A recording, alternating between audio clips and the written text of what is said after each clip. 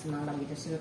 Yang infonya RD Lau sudah meminta maaf ke Teh Novi, tapi mungkin nggak secara langsung karena yang di berita itu minta maafnya lewat media gitu. Nah, tapi kan Teh Novi tetap melaporkan RD Lau soal yang narkoba itu, diduga narkoba.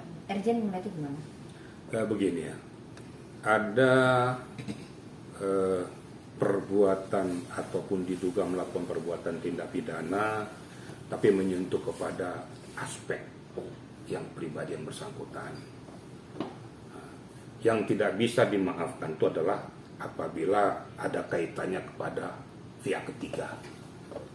Tapi kalau berkaitan dengan antara kedua belah pihak, itu ada namanya retroaktif justice ya. Jadi jangan melulu bahwa suatu peristiwa itu harus diselesaikan melalui jalur hukum. Kalau seandainya RD Lau melakukan itu, tentunya tidak melalui media, tentu harus bertemu langsung dengan yang bersangkutan.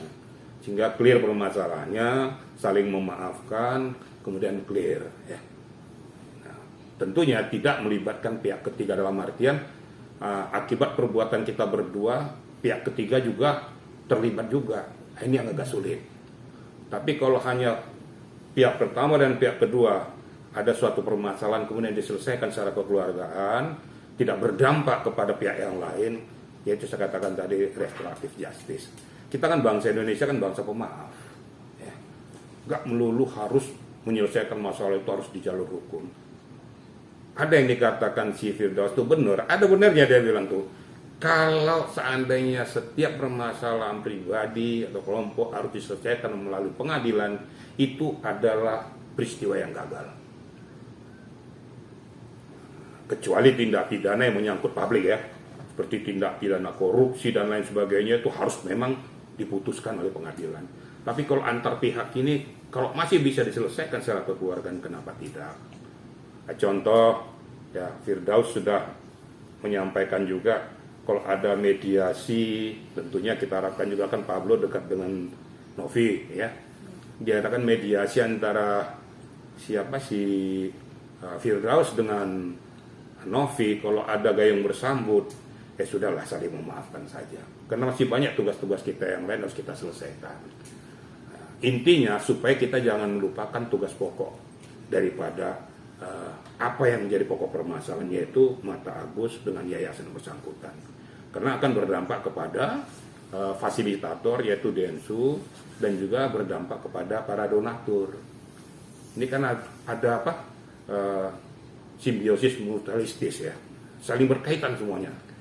Itu harus diselesaikan. Kalau hanya pihak-pihak seperti kayak gini sudah anggap aja pernik-pernik lah. Pernik-pernik yang bisa diselesaikan kok. Kecuali kalau Novi masih keberatan, saya nggak ngerti ya. Tapi saya berharap pada Novi juga dia berbesar hatilah, walaupun sebenarnya sakit. Kadang-kadang kita berbuat baik, kadang-kadang sakit hasilnya. Tapi yang Maha Kuasa itu kan lihat semua. Ya. Yang Maha Kuasa itu kan memperhatikan. Kalau yang baik pasti katakan orang baik. Yakinlah. Tidak semua akan mengatakan tuh seperti ini, tapi mata orang yang jernih dan jeli akan melihat, pasti akan memuji orang yang baik itu. Nggak usah harapkan daripada orang-orang lain, tapi nilai orang banyak itu kan akan kelihatan. Dan betul-betul pahala berkah akan dia dapatkan. Maafkanlah. Kalau saya berkata kepada Novi, kalau sudah minta maaf kayak gitu, nggak usah diperpanjang lagi lah. Kira-kira gitu ya. Oke, pesan Pak Irjen untuk Alvin Lim dan juga RD Lau yang sudah dilaporkan Teh Novi.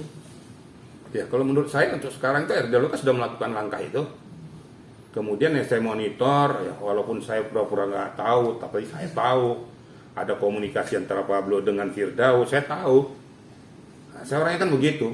Sepanjang saya perhatikan ada langkah-langkah baik, kenapa tidak diselesaikan? Kalau Alvin Lim bahkan makin meluncing, saya makin memberikan apa gayanya yang nggak jelas ini. Nah, ya dia biarkan dapatkan nanti ganjarannya. Tapi kalau seperti dari Lau dengan Firdaus sudah ada suatu mediasi, sudah ada masa kesepakatan. Mudah-mudahan Pablo bisa memediasi dengan baik, duduk bersama-sama, ketawa bersama-sama lagi, selesai masalah kok. Nggak usah diperpanjang lah. Ya, saya pada saat kesempatan ini juga kepada Dinda saya Firdaus, saya ucapkan terima kasih. Anda orang berpendidikan. Saya tahu Anda itu orang pinter, tapi suka keceplosan. Dari tata bahasa menerapkan undang-undang pun saya tahu bahwa Anda itu juga mempunyai ilmu ya. Cuma supaya dirubah lagi tata cara untuk berhadapan dengan media, menyampaikan suatu pendapat dan gambaran.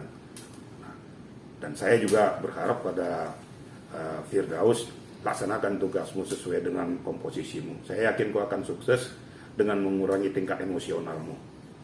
Itu aja. Semakin matang kamu akan semakin berhasil. Oke.